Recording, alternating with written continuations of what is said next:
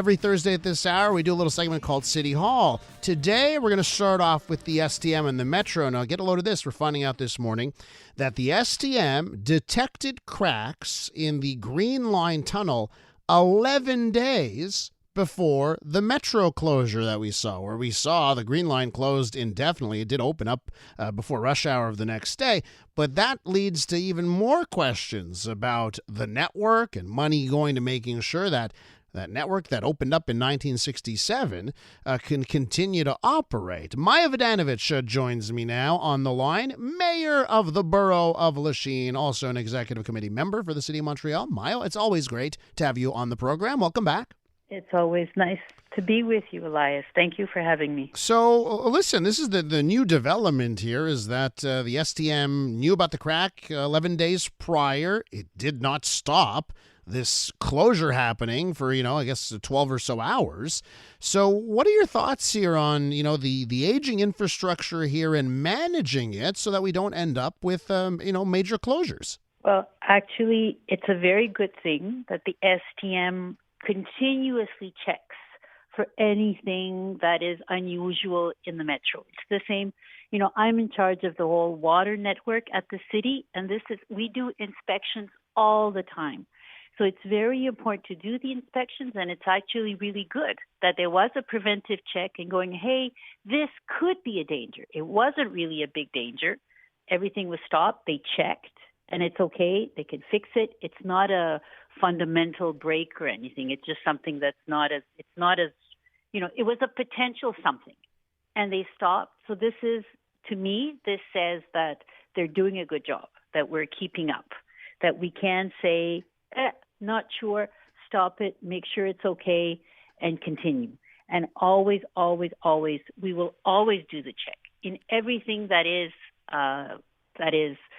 we have, Montreal is an old city, and this is something that we do on a continual basis to check our infrastructure. Having said that, don't you think the fact that it led to a closure, a last-minute closure that when it was announced we were told was closed indefinitely, doesn't that show that perhaps we're not keeping up? Well, you know what? When you see there's something that's potentially not, you're not sure.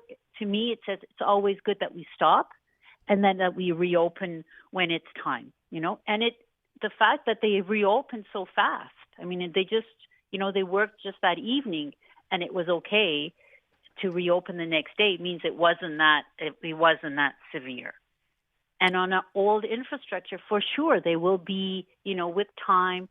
It's not like new. It's like an old car. We need to invest more and more and more money to keep it up. And are we investing enough? We're investing as much as we can, but we can always invest more to develop new lines and to maintain what we have already. Okay, and that also leads to funding of the network. Yes. Now, the ARTM announcing, all of the zones seeing an increase of around 3% for the island of Montreal in Zone A in public transit. That means $3 more for the monthly pass, going up to $97 here. I know there's a lot of concern about public transit and people not using it as much as they once did. Yep. Stories like this of the cracks, increasing the fares now of all times. Are you worried that this will have an effect that will lead to even less people taking public transit? No, because I think we need to take public transit. And sometimes now with the congestion we have in Montreal, we have one of the most congested cities in North America. In Canada, it's the most congested city. So we need to develop our public infrastructure. And people are going to take it because sometimes it's quicker to get somewhere by metro or by bus. It's quicker if you have a reserved lane to use it. So it will keep being used, and we need to keep investing in it, and we need to keep developing. But there have been cuts of late, right? When it comes to the regularity that buses show up and metro showed up, the numbers are increasing, not getting shorter because of cutbacks. It's not because the city wants to decrease its funding. You know how it works. It's provincial and federal, and we need more money in our infrastructure. The same with water, the same with public transport, the same with social housing.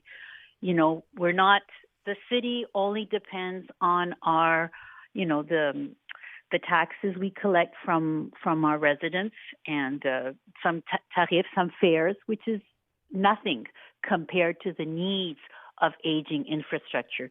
So we need to review how cities are financed, especially now in view of climate change and all the different impacts that we're having with global warming. We need to review the system. And I get you want to, throw shade at the federal government and the provincial government on this one. I should point out also decisions made at the city level, right? When you promise seniors free public transit and you deliver on the promise, it's $78 million that's not going to come into the system because of that decision, right? So sometimes it is decisions made on who should pay and how much people should pay that also affect the amount of money in the system. And I think that's important to note. Well, there's social justice as well in the works. There's many different elements. I'm not an expert in how public transport is financed, but I know there's different budgets and certain things to increase the use of public transport has more gains.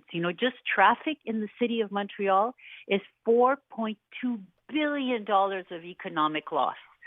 So for the government to invest in public transport, to invest in its maintenance and its development is good for the economy.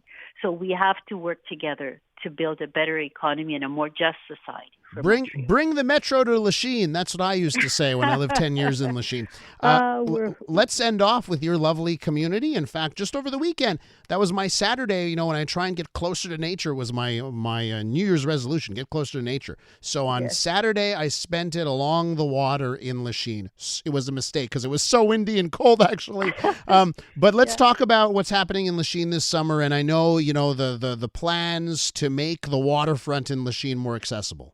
Yes, well, we just signed off on we gave a contract just recently. We're going to be removing the docks of the old marina this summer, and we're giving out a contract for to redo the shoreline for all Parc René Lévesque and for the marina. So people are gonna start to see work starting this summer. And we've tested the water now for 3 years. So between the René Lévesque and the former marina, the water quality every day is excellent. So things are looking good for the future of our new park that's going to be oriented around water and water access. So swimming off the coast of Lachine, is that what you're telling me? Yes, well, we're working on it to make it safe.